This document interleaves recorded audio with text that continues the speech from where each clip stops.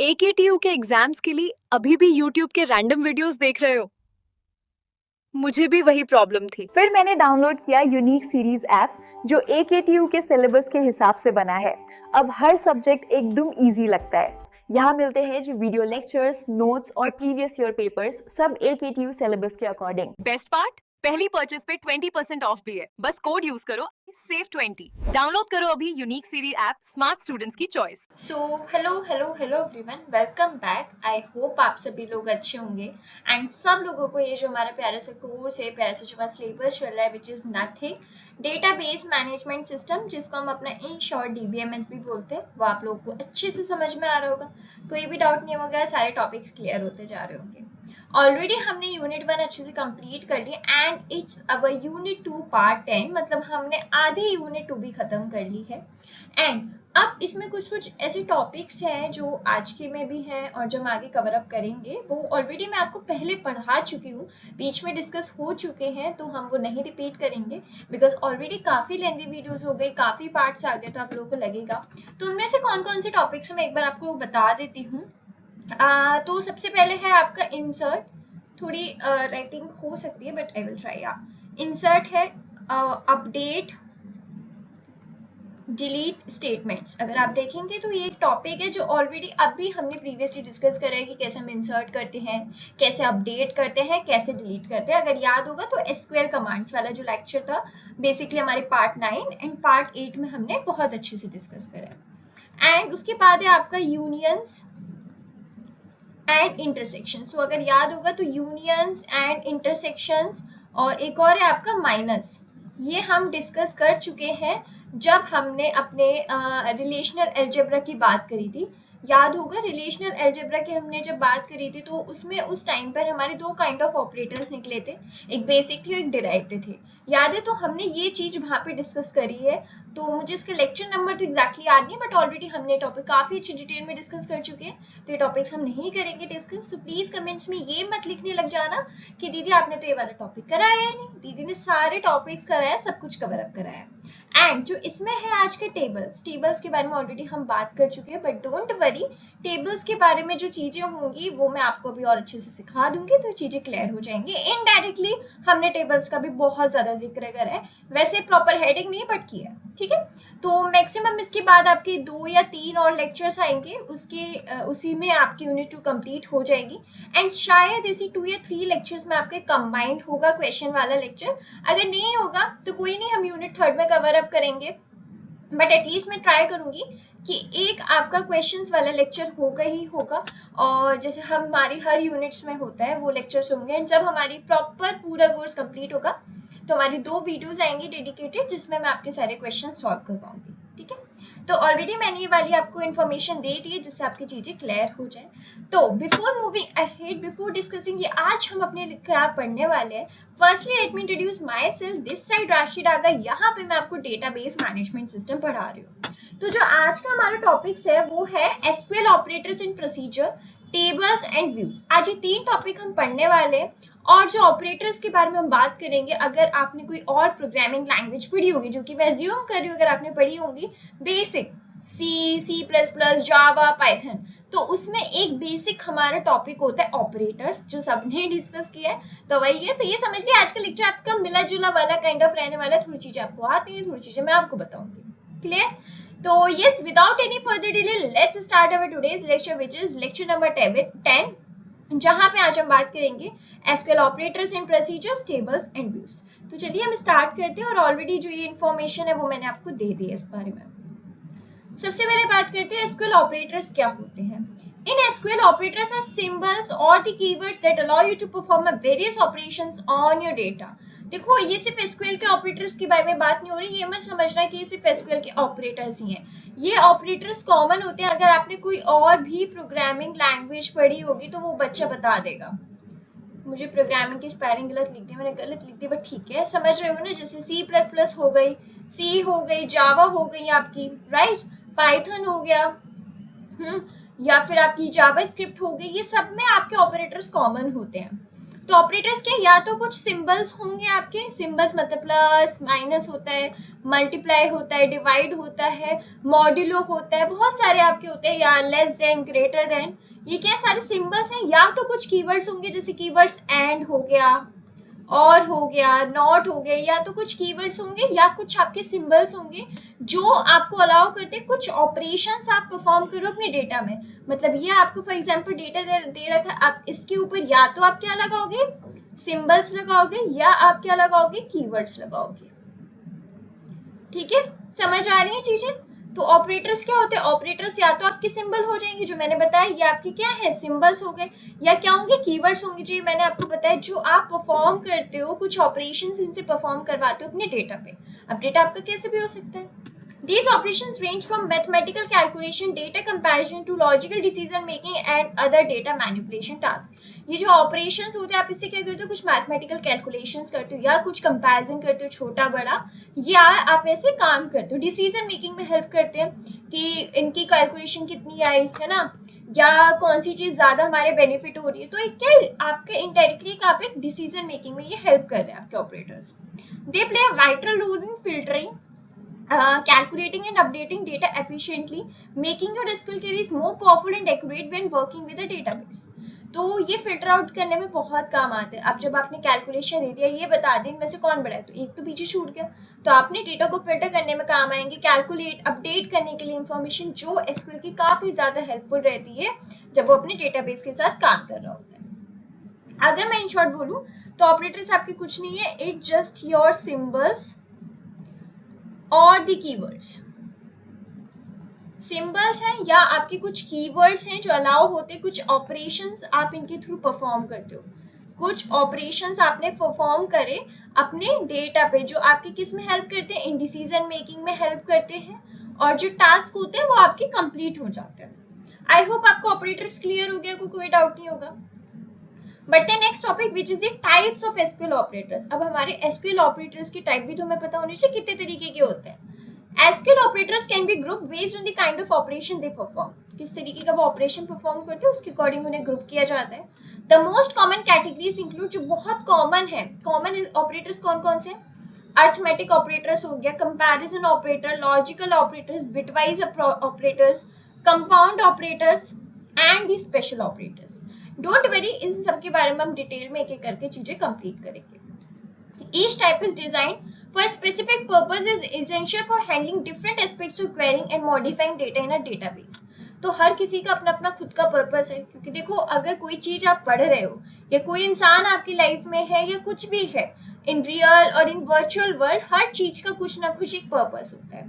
ठीक है, तो यही बोल रहा है कि आपके जो ये डिजाइन किए गए ऑपरेटर्स, इनका खुद के स्पेसिफिक पर्पस है और ये अलग अलग टास्क, अलग अलग क्वेरी को हैंडल करते हैं। और अभी हम डिटेल में देखेंगे कि कौन सा ऑपरेटर किस काम आता है।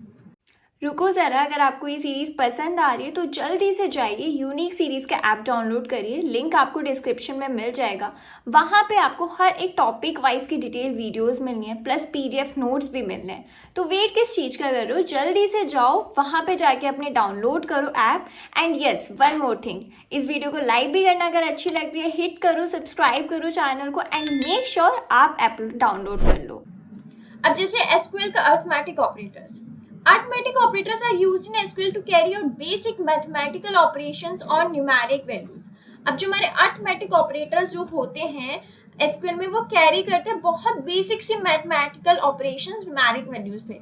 मतलब या तो इधर आपका प्लस होगा या माइनस, ये नीचे अभी आप देखोगे, ठीक है, मल्टीप्लाई या डिवाइड या मॉड्यूलो ऑपरेटर। तो आपकी जैसे 4 + 4 कर दिया, तो ये क्या हो गई, न्यूमेरिक वैल्यूज हो गई। ये क्या आपकी, ये हो गई आपकी न्यूमेरिक वैल्यूज। एंड ये प्लस क्या हो गया, हमने इसके ऊपर मैथमेटिकल ऑपरेशन अप्लाई कर दिया, मैथमेटिकल ऑपरेशन हमने इस पे प्रोवाइड कर दिया। समझ में आ रही चीजें। तो ये क्या हो गई, हमारे मैथमेटिकल आपके ऑपरेशंस हो गए। ठीक है, अब इसके साथ साथ आपको एक और चीज समझने की जरूरत है। ये नहीं है कि सिर्फ और सिर्फ ही आपके 1 डिजिट पे लगेंगे, नहीं, या कितने भी डिजिट्स पे लग सकते हैं। इनका बस बेसिक मतलब ये है, जो आपके अर्थमेट ऑपरेटर्स यूज होते हैं एसक्यूएल में, वो कुछ आपके मैथमेटिकल ऑपरेशंस कराते हैं। या तो ये हो, इनमें से कोई से भी आपके क्या हो सकते हैं, मैथमेटिकल ऑपरेशंस हो सकते हैं न्यूमेरिक वैल्यूज पे। They come in handy when you need to calculate totals, percentage, difference और any kind of numerical data manipulation. आपको अगर कोई भी टोटल ऐड करना है, किसी की भी परसेंटेज निकालनी है, माइनस करना है, या कुछ भी न्यूमेरिकल काम करना है, तो आप किसके थ्रू कर सकते हो, आप अपने कर सकते हो अर्थमेटिक ऑपरेटर्स के थ्रू, अर्थमेटिक ऑपरेटर्स।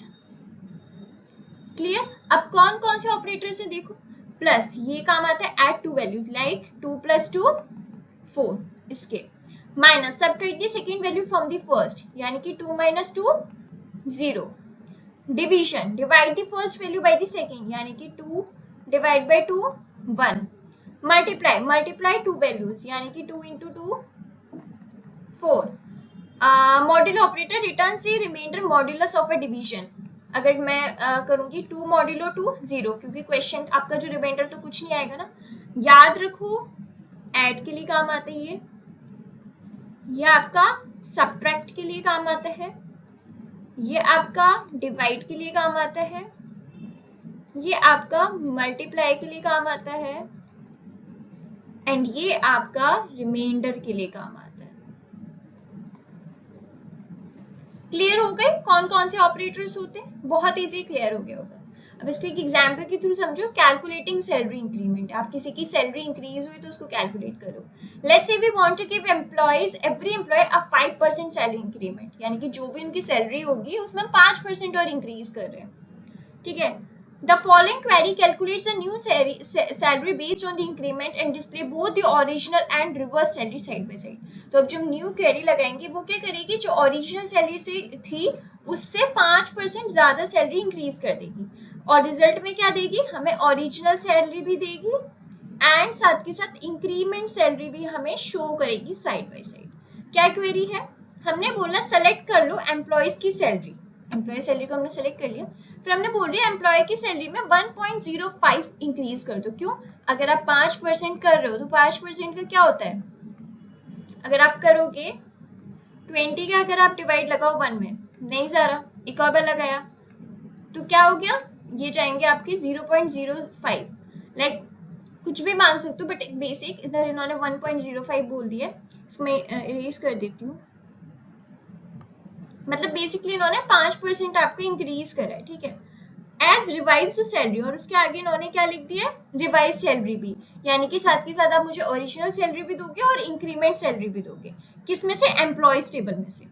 तो ये क्या करेगी, करंट जो आपकी एम्प्लॉय सैलरी है उसको सेलेक्ट करेगी और मल्टीप्लाई करेगी बाई 1.05 टू ऐड 5%, 5% को ऐड करने के लिए उसमें मल्टीप्लाई कर देगी, और डिस्प्ले करेगी new salary as revised salary. Name क्या होगा, ये न्यू सैलरी का नेम होगा रिवाइज्ड सैलरी, और टेबल कौन सी, एम्प्लॉयज। तो देखो एम्प्लॉय की सैलरी थी और यहाँ रिवाइज्ड है, तो एम्प्लॉय की पहले थी, ये आपकी 1 10 100,000 10,000 50,000 थी, अब उसकी 52 5,000 हो गई, इसमें इंक्रीजमेंट हो गया उसका 5%, सेम ऐसी ऐसी। तो यहाँ पे उन्होंने क्या कर दिया, दोनों तरीके की आपकी सैलरी शो कर दी। जो उसने बोला था ना, हम एक ऐसी क्वेरी लिखेंगे जो हमें ओरिजिनल सैलरी भी देगी और रिवाइज सैलरी भी देगी। क्लियर हो गया यहाँ पे, ये ध्यान क्वेरीज से मतलब, और कैसे क्वेरी लिख रहे हैं वो तो आपको आदत आ जाएगी लिखते लिखते, बट एक बेसिक आप ऑपरेटर्स का मतलब समझो कि उसने 5% कैसे ऐड किया, यानी कि इधर कौन सा ऑपरेटर यूज हुआ है, मल्टीप्लीकेशन वाला ऑपरेटर, मल्टीप्लीकेशन ऑपरेटर आपका इधर यूज हुआ है। क्लियर हो रहा है?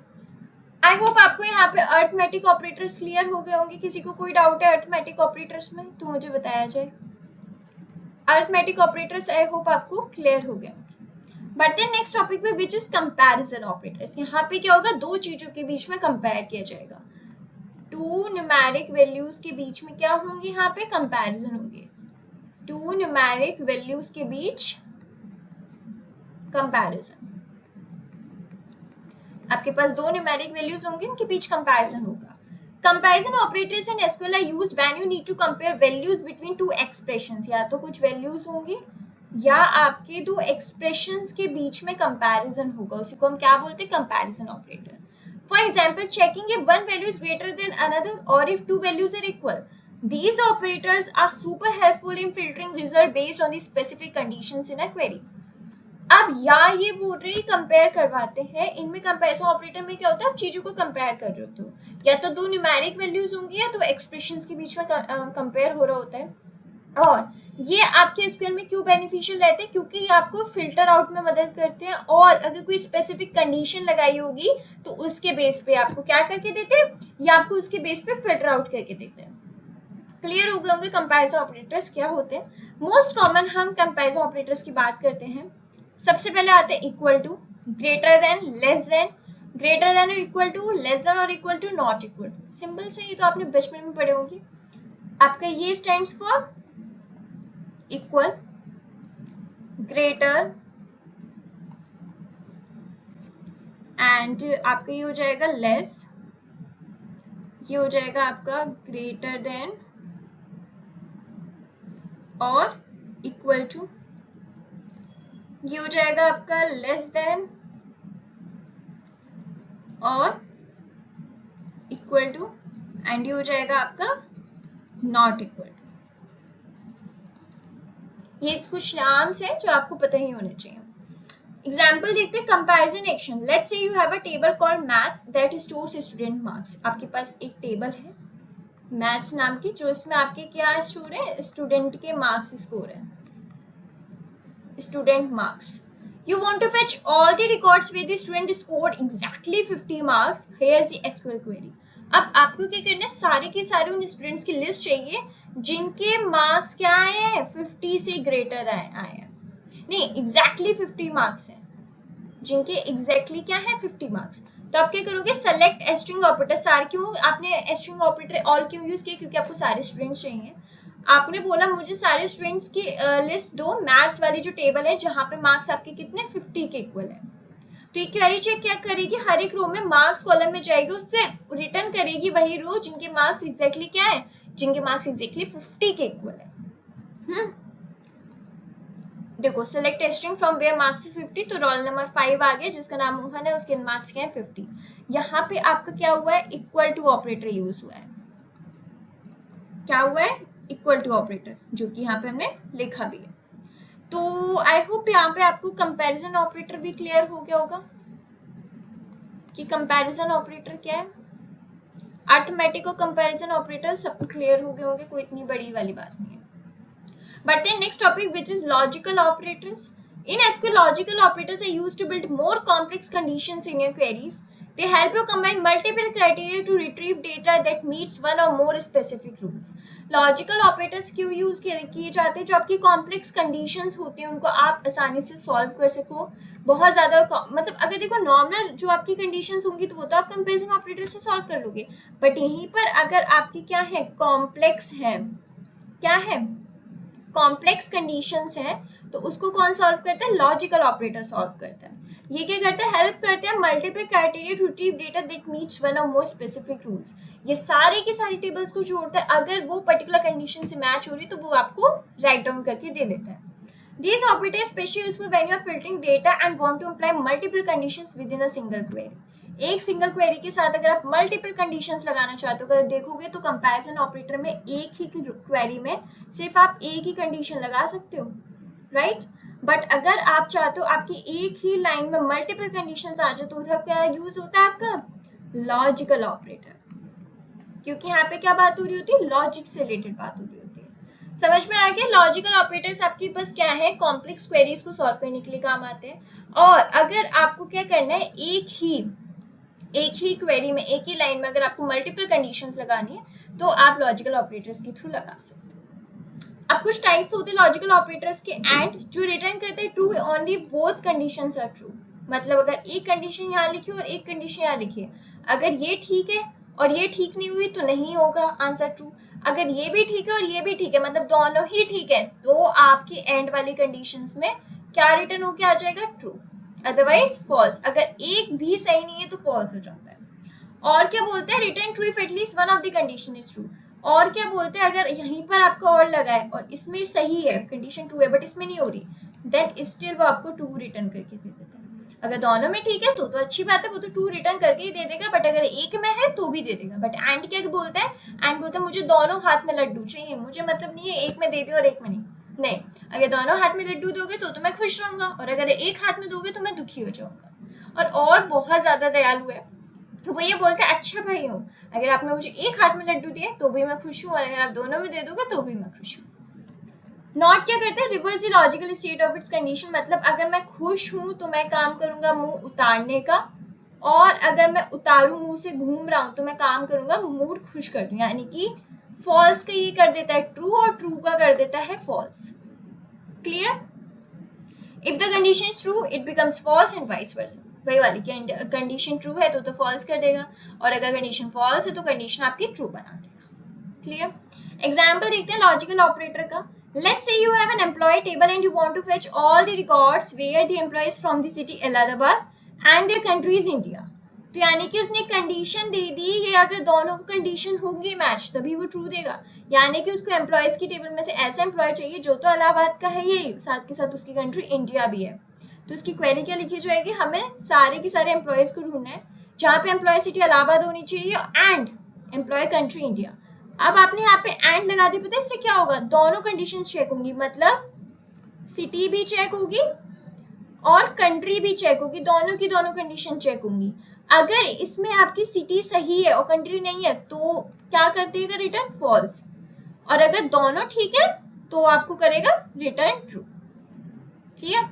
This query check both the conditions and only return the true where both the cities Allahabad and the country is India. अगर सिटी इलाहाबाद है एंड कंट्री इंडिया तभी वो ट्रू देगा। जैसे यहाँ पे दे रखा है एम्प्लॉय आईडी 104 उत्कर्ष सिंह नाम है जिनके एम्प्लॉय सिटी इलाहाबाद है और इंडिया है, दोनों ट्रू है जब भी उन्होंने ये दो रिजल्ट्स दिए हैं ID 104 and 105। Clear? I hope यहाँ तक आपको लॉजिकल ऑपरेटर्स वाला भी फंडा क्लियर हो गया होगा, कोई डाउट नहीं होगा। बढ़ते next which is bit wise operators. यहाँ पे आप खेल खेलते हो बिट्स के साथ, मतलब 0 एंड 1 के साथ यहाँ पे खेल खेला जाता है। Bitwise operators in SQL are used to perform operations at the bit level. मैंने बताया ना यहाँ पे आप खेल खेलते हो बिट्स के साथ। These operators treat value as binary digits, bits, and manipulate them and based on standard bitwise logic. They are most common used in low-level programming tasks such as working with flags, permissions, or performing complex binary calculations directly on integer values. देखो इनका main फंडा ये है कि आप bits के साथ खेलते हो और ये ना लो लेवल पे यूज किए जाते हैं। देखो हमारा जो लैपटॉप है या जो भी हमारी कंप्यूटर है उसको नॉर्मली हमारी इंग्लिश समझ नहीं आती, ना हिंदी समझ आती, ना तमिल, ना बंगाली, ना मराठी, कुछ भी समझ नहीं आती उसे सिर्फ समझ में आता है वो है 0 और 1, और 0 1 हम नहीं लिख सकते। ठीक है, तो ये वाली चीज अगर हमें लैपटॉप या किसी को भी समझानी तो ये वाले खेल को हम बोलते हैं बिट्स, इसलिए हम इसको लो लेवल प्रोग्रामिंग भी बोलते हैं बिट्स। ठीक है, तो ये तो हम नहीं समझ सकते इसलिए हम इसको किस में लिखते हैं, स्टैंडर्ड लैंग्वेज में लिखते हैं, और ये बहुत सारी चीजों में हमारा काम भी आता है। अब लिस्ट देख लेते हैं बिटवाइज ऑपरेटर्स की। इसको बोलते हैं हम bitwise and. Compare each bit of 2 values and returns only 1 if both bits are 1। इसमें भी वही है, एंड बोलता है अगर मेरे पास 2 वैल्यूज हैं विच इज 2 2, अगर मैं इसको बिट्स में लिखूं, फॉर एग्जाम्पल अगर मैं इसको बिट्स पे लिख रहा हूँ तो ये ऐसे लिख रहा है। अब मैं इनको ऐड करूंगा तो बोल रहे दोनों वैल्यू सेम होनी चाहिए। अब देखो 0 0 सेम है, चलो उसने 1 दे दिया रिटर्न करके, 1 1 सेम है, चलो रिटर्न करके 1 0 0 1 है, चलो रिटर्न करके। इसका आंसर आ जाएगा 7। अगर यहीं पे पता है क्या होता, अगर यहीं पे ऐसा होता दोनों सेम नहीं है, 0 नहीं है सेम, 0 0 0 आ जाता। तो ये वही बोल रहा है बिटवाइज एंड क्या करता है, कंपेयर करता है बिट दोनों वैल्यू को, रिटर्न करता है 1 जब दोनों बिट्स 1 हो। देखा इसमें नहीं किया तो नहीं किया, इसमें दोनों बिट्स सेम है तो उसने 1 रिटर्न कर दिया। क्लियर? इसका तो सेम ही होता है, बैकटिक्स होते हैं। और ऐसे ही सेम आपका इधर एक और होता है बिटवाइज और में क्या होता है, वही होता है कि अगर आपका एक भी बिट सही है तो आप क्या दे दोगे, ट्रू रिटर्न कर दोगे, और अगर दोनों सही है तो वो वही वाली बात है। सेम वही वाला खेल है जैसे आपने और में किया था, बस फर्क क्या है, यहाँ पे आप बिट्स के साथ खेल रहे हो। अगर देखो अगर ये और में होता, पता है और में क्या होता है, 0 1 है, चलो 1 दे दो, 1 0 है 1 दे दो, 0 1 है 1 दे दो। और क्या बोलते हैं, अगर एक भी बिट मेरी ठीक है, एक भी बिट मेरी 1 है तो मैं क्या दे दूंगा, 1 दे दूंगा। और अगर दोनों है तो बहुत अच्छी बात है। बट यहीं पे एंड क्या बोलता है, दोनों बिट्स मेरी सेम होनी चाहिए, या तो 1 होनी चाहिए या दोनों 0 होनी चाहिए। Clear?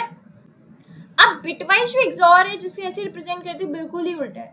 Return one if the bits are different होंगी जब वो 1 देता है। जैसे मैंने बोला 0 और 1 दोनों डिफरेंट है तो ही इस केस में 1 देगा। अगर यहाँ पे 0 0 आ गए या 1 1 आ गए, इस केस में 0 है उसका, और यही 1 0 है 0 1 है तो इस केस में क्या है 1। अगर दोनों की दोनों बिट्स ये ऊपर वाली और नीचे वाली डिफरेंट है तो एक्सॉर उस केस में 1 देता है, अदरवाइज 0 देता है। बिटवाइज नॉट सिर्फ उल्टा करते हैं, 0 को 1 बना देते हैं और 1 को 0 बना देता है। इसका सिंबल होता है ये। देन आते हैं लेफ्ट शिफ्ट और राइट शिफ्ट। लेफ्ट शिफ्ट क्या करते हैं, shift bits to the left adding zeros on the right. देखो अभी हो सकता है तुम्हें काफी कॉम्प्लेक्स लग रहा हो, ट्रस्ट मी बिटवाइज ऑपरेटर्स का खेल ही ऐसा है कि लगता ही है सबको कंफ्यूजन, तो it's not a big deal. अभी हम लेफ्ट शिफ्ट और राइट शिफ्ट पढ़ लें एक बार, फिर हम एक और बार इसको रिवीज करके ना एक और बार सारे बार मैं आपको एक बार ऑपरेटर्स और पढ़ा दूंगी जिससे चीजें क्लियर हो जाए, कोई डाउट नहीं रहेगा। क्लियर? देखो लेफ्ट शिफ्ट क्या होता है, ये थोड़ा पहले तो मैं इरेज कर देती हूँ बिकॉज स्पेस नहीं है, तो चलो ठीक है छोड़ो। यस, लेफ्ट शिफ्ट क्या होता है, shift bits to the left adding zeros on the right. इसमें क्या होता है, जैसे फॉर एग्जांपल 0 1 0 है, अब लेफ्ट किधर होता है, हमारा लेफ्ट इधर साइड होता है, तो ये क्या करता है एक एक शिफ्ट कर देता है। इधर शिफ्ट किया तो इधर 0 ऐड हो जाएगा, फिर ये शिफ्ट किया फिर 0 ऐड हो जाएगा, लाइक दिस। और हमेशा याद रखना लेफ्ट शिफ्ट में आप मल्टीप्लाई बाय 2 करते हो। अभी थोड़ा हो सकता है बट डोंट वरी, अभी मैं अच्छे से समझाऊंगी। राइट शिफ्ट क्या होता है, सेम इसके जस्ट अपोजिट होता है। 0 1 0 0 है तो इधर शिफ्ट करा फिर इधर एक बढ़ जाएगा। क्या पढ़ा दिया दीदी, चलो एक काम करते हैं। हाँ, ये इस ब्लैंक पेज मैंने छोड़ा था टेबल्स के लिए, बट पहले मैं आपको बिट्स समझा देती हूँ तो अच्छे से समझ में आ जाएगा। ठीक है, हम यहाँ पे बिट्स की बात करते हैं। ओके, सबसे पहले हम समझते हैं bitwise and. Bitwise and make sure कि ये जो अभी मैं पढ़ा रही हूँ ना इसको नोट कर लेना, क्योंकि पीडीएफ में आपको ये चीज़ नहीं मिलेगी उस टाइम पे, मैं पहले ही बोल रही हूँ तो नोट कर लीजिएगा। ठीक है, अब बिटवाइज एंड में क्या होता है, फॉर एग्जाम्पल मैंने 2 है, 2 मेरे पास थी बिट्स 0 2 2 और 2 थी। चलो ठीक है 2 और 2 थी। अब 2 की क्या होती है, बिट्स होती है 0 1 0 0 1 0। अब मुझे पता है इसमें मेरा एंड लगा है, एंड मतलब दोनों में क्या होने चाहिए, सेम बिट्स होंगी तभी वो मेरे को 0 देगा। अब अगर क्वेश्चन आ रहा होगा ये बिट्स कैसे पता है दीदी, तो एक फॉर्मूला होता है जो मेरे टाइम पे टीचर ने बताया था, विच इज 4 to 1। या फिर मैं कहूँ 8 4 to 1 ज़्यादा सही है। इसमें क्या होता है, अगर जैसे 2 था तो मैंने 2 की तरफ से 1 रखा, बाकी सब 0। ऐसे अगर मुझे 4 करना होता, फॉर एग्जाम्पल मुझे 9 करना होता, तो 8 की तरफ 1 और 1 की तरफ, क्योंकि 8 और 1 मिलके ही तो मेरा 9 बनाएंगे। तो जो मेरे डिजायर्ड नंबर्स हैं और जिनसे मुझे मिल रहे हैं मैं उधर 1 रखती हूँ, बाकी रिस्पेक्टिव जगह 0। क्लियर? ओके, अब सेम बिट्स है 0, सॉरी सेम बिट्स है तो 1 1 1।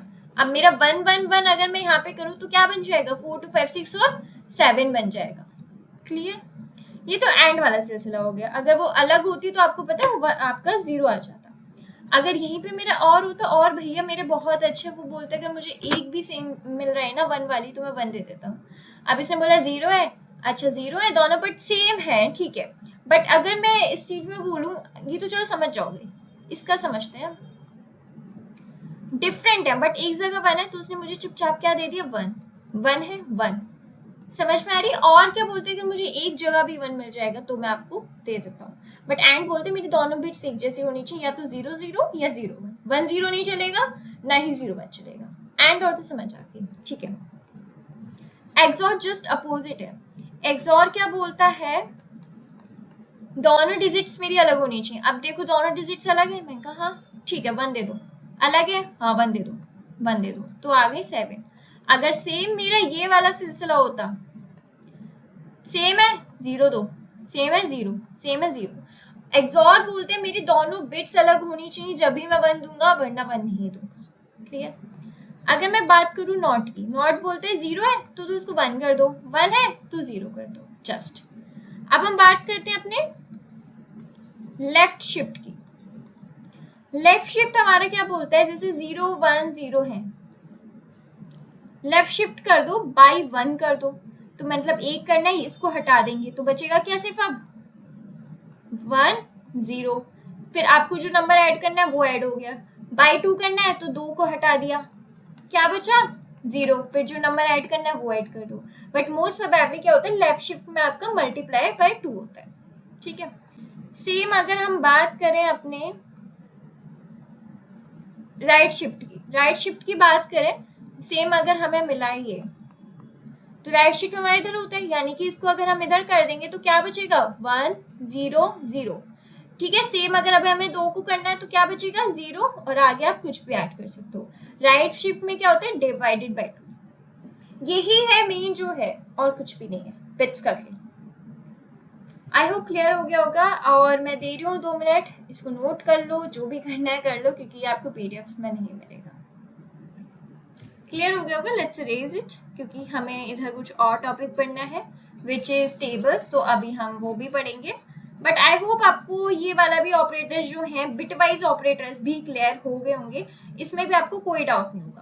अब हम अपना आखिरी वाला ऑपरेटर पढ़ेंगे which is nothing, it's a special operators, जिसमें कुछ हम स्पेशल ऑपरेटर्स की बात करेंगे जो आप लोगों को पता ही होने चाहिए, तो उस बारे में जल्दी से रिलीज करते हैं। और यहाँ पे हम अपना पढ़ेंगे टेबल्स वाला concept, and I hope bits का वो निकालने वाला भी कॉन्सेप्ट आपको समझ में आ गया होगा, कैसे निकालते हैं, है ना। तो इसको रेज करते हैं, फिर हम जल्दी से अपना पढ़ते हैं अपने स्पेशल ऑपरेटर्स, जिसमें कुछ ही है, एंड वो हमारा लास्ट ऑपरेटर्स है। ठीक है। तो चलो अब हम पेन लेते हैं और डिफरेंट पेन लेते हैं, ये वाला। अब हम बढ़ते हैं अपने स्पेशल ऑपरेटर्स की तरफ। ये तो क्लियर हो गए होंगे। SQL provides several special operators that help perform advanced filtering, comparison and subquery related tasks। अब कुछ SQL जो है हमें एडवांस स्पेशल ऑपरेटर्स देता है जो हेल्प करते हैं हमारे फिल्टर आउट करने में, कंपैरिजन में, और कुछ सबक्वेरी से रिलेटेड टास्क भी। These operators make queries more powerful and expressive, especially when working with ranges, subquery results और set of values। जब आप रेंजेस के बारे में बात कर रहे हो तो ये सब क्वेरी के रिजल्ट तो ये बहुत ज़्यादा एसक्यूएल क्वेरीज को एक्सप्रेसिव कर देते, पावरफुल बना देते, जिससे आपका रिजल्ट एक्यूरेट निकलता है। अब देखते हैं कौन कौन से स्पेशल ऑपरेटर्स हैं। जैसे पहला है हमारा all, compares a value to all values in a subquery result, the comparison returns true only if it's true for every value in the list. All क्या करता है, कंपेयर करता है वैल्यू सारी की सारी आपकी जो सब क्वेरी रिजल्ट में होता है, वो सिर्फ ट्रू जब ही देता है जब सारी की सारी वैल्यूज आपकी ट्रू होंगी। मतलब अगर आपने ये उसकी सब क्वेरी है, वो सबको चेक करेगा, अगर सारी वैल्यूज ट्रू हैं तभी वो आपको क्या देगा, ट्रू देगा, अदरवाइज नहीं देगा ट्रू, ऑल के सेंस में। Any compares a value to any one value in a list of results from a subquery, returns true if at least one value satisfy the condition। अब ये क्या करता है, सब क्वेरी में से सिर्फ और सिर्फ एक वैल्यू को चेकआउट करता है, सिर्फ और सिर्फ क्या करेगा, इस वैल्यू को चेकआउट करेगा। अगर ये ट्रू है, सेटिस्फाई कर रही है कंडीशन को, तो ये आपकी वैल्यू रिटर्न करके दे देगा, सिर्फ एक चीज को। एक तरीके से हम बोल सकते हैं कि हमारे एंड महाराज है और ये हमारे और महाराज है। Between check whether a value falls within a range, check करना कि जो आपने रेंज दी है, जैसे 1 to 10 के बीच में रेंज दी है, मेरी 5 वैल्यू है, क्या इसके बीच में आ भी रही है कि नहीं आ रही, तो वो चेक करना। In checks whether value matches any value from a specified list of values. For example मेरी लिस्ट ऑफ वैल्यूज दे रखा है 2 3 5 और मेरी वैल्यू है 5, क्या इनमें से कहीं मैच कर रही है, तो उसको हम बोलते हैं in. Exist returns true if a subquery returns at least one row, otherwise returns false. Return करना, अगर आपकी जो सब क्वेरी है उसमें से उसने एक रो भी रिटर्न कर दी, तो वो क्या रिटर्न देता है, ट्रू रिटर्न देता है, अदरवाइज वो क्या बोल देता है, false. Some similar to any है, returns true if any row in the result meets the condition. अगर आपकी एक भी रो रिजल्ट में मैच करगी तो कंडीशन आपकी ट्रू हो जाएगी। Unique ensure that the subquery returns only unique rows when comparing result. वो चेक करती है जो आपके रिजल्ट आए तो उसमें यूनिक रोज तो ऐसा तो नहीं है डुप्लीकेट रो दे दिया, तो ये मतलब एटलीस्ट आपको ना ये पता होने चाहिए। एग्जाम्स में ना थ्योरी वाइज पूछ ले जाते हैं, बट इन रियल वर्ल्ड बहुत रेयरली ही आपको काम आते हैं, बट आपको ये आइडिया होना चाहिए। एग्जाम्पल देखो, एक स्पेशल ऑपरेटर बिटवीन का। In this example we will retrieve all the records from the employee table where the value in the employee ID falls between 10 and 104। तो उसने बोला कि हम एम्प्लॉयज की टेबल है, उसमें हम सारे के सारे एम्प्लॉय आईडी अगर वो इस रेंज में आती हैं, इंक्लूसिव है, मतलब ये दोनों भी इंक्लूड की जाएंगे, इसमें जो भी वैल्यूज आती हैं तो हम वो सारे के सारे एम्प्लॉयज को रिट्रीव कर लेंगे। तो क्वेरी क्या लिखेंगे, सेलेक्ट हमें एम्प्लॉयज की टेबल में से करना है जहाँ पे एम्प्लॉय आईडी बिटवीन 101 एंड 104 है। तो देख लो सारी की सारी उसने एम्प्लॉय आईडी दे दी with employee name, employee city, country, जिनकी रेंज आपकी 101 और 104 में है, इंक्लूसिव है, मतलब आपकी 101 और 104 भी है आपके इंक्लूड है। आई होप क्लियर हो गए होंगे आपके स्पेशल ऑपरेटर्स। कोई डाउट नहीं होगा किसी को भी, राइट? तो यहाँ पे हमारे टाइप्स ऑफ ऑपरेटर्स भी क्लियर होते हैं। आई होप सबको क्लियर हो गया होगा, किसी को कोई डाउट नहीं है। तो हमारा जो पहली टॉपिक था which is types of operators in the procedures भी बता दिए और ऑपरेटर्स क्या होते हैं वो सब क्लियर हो गए होंगे। व्यू से पढ़ने से पहले हमारा एक और टॉपिक था जो था टेबल्स। तो मैंने बोला था यहाँ पे हम टेबल्स डिस्कस करेंगे।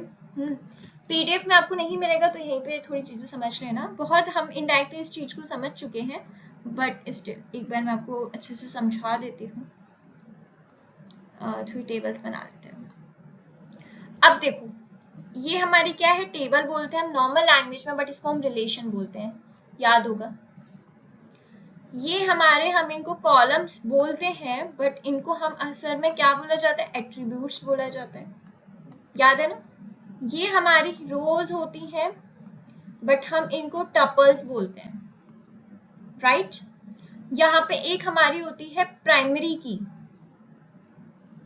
याद है, प्राइमरी की होती है जो क्या करती है, हमारा यूनिकली फाइंड आउट करने में हेल्प करती है।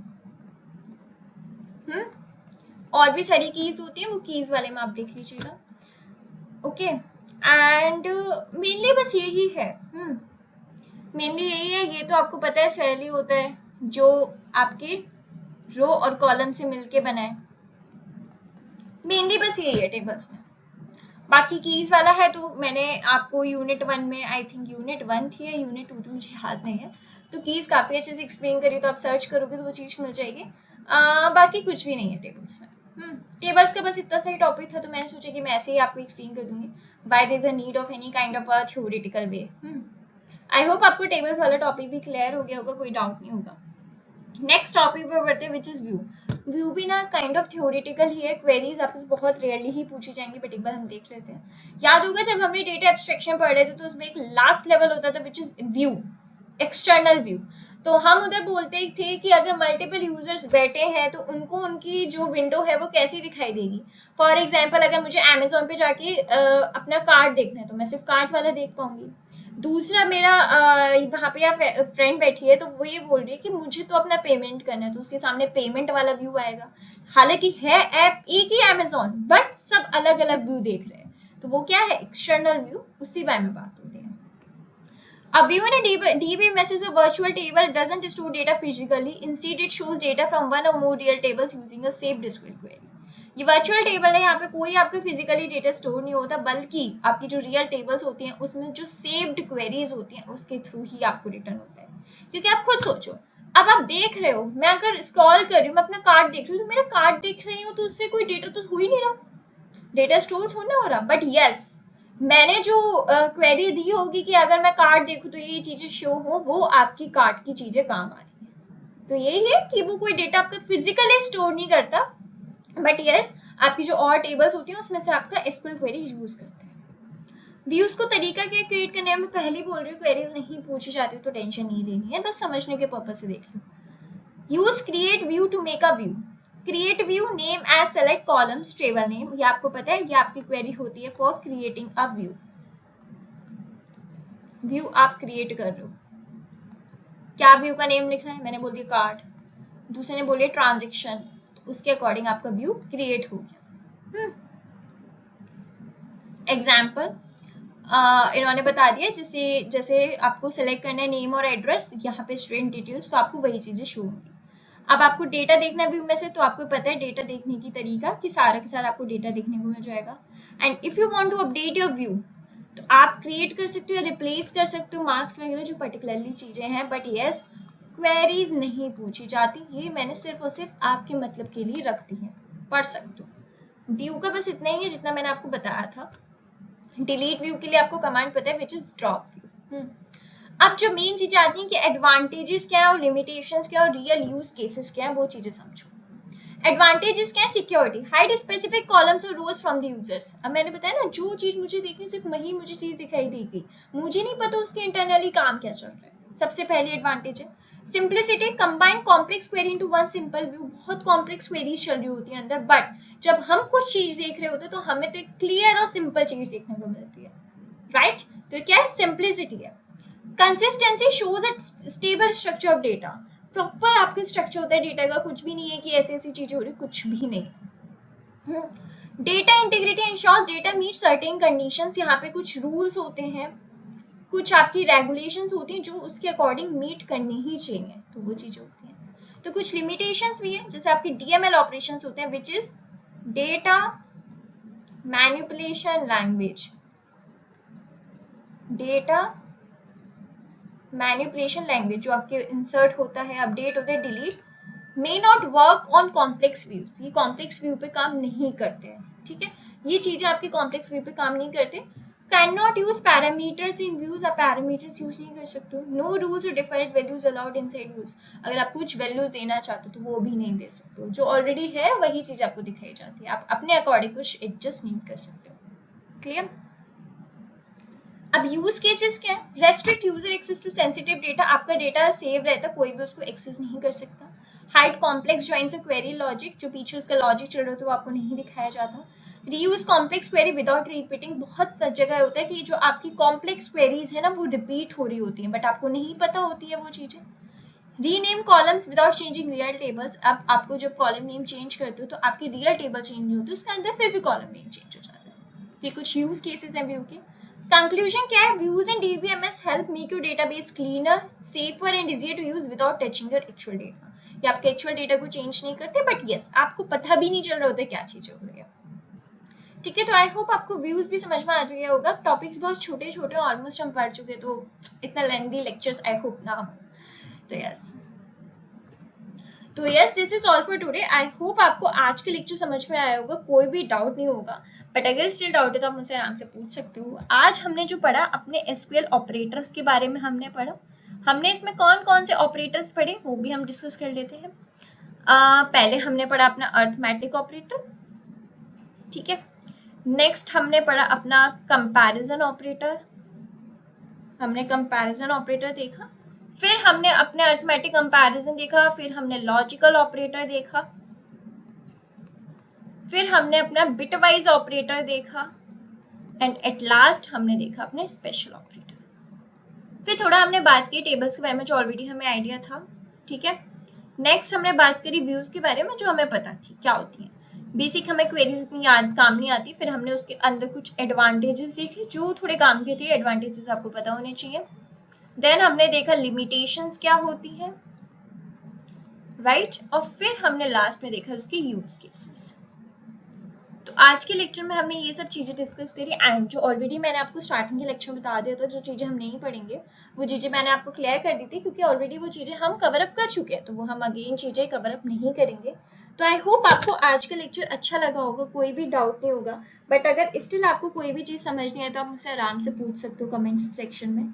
तो yes this is all for today, मिलते हैं नेक्स्ट लेक्चर में जहाँ पे हम और अपने नए टॉपिक्स के बारे में बात करेंगे एंड मैक्सिमम बस 2 या 3 लेक्चर्स ही बचे।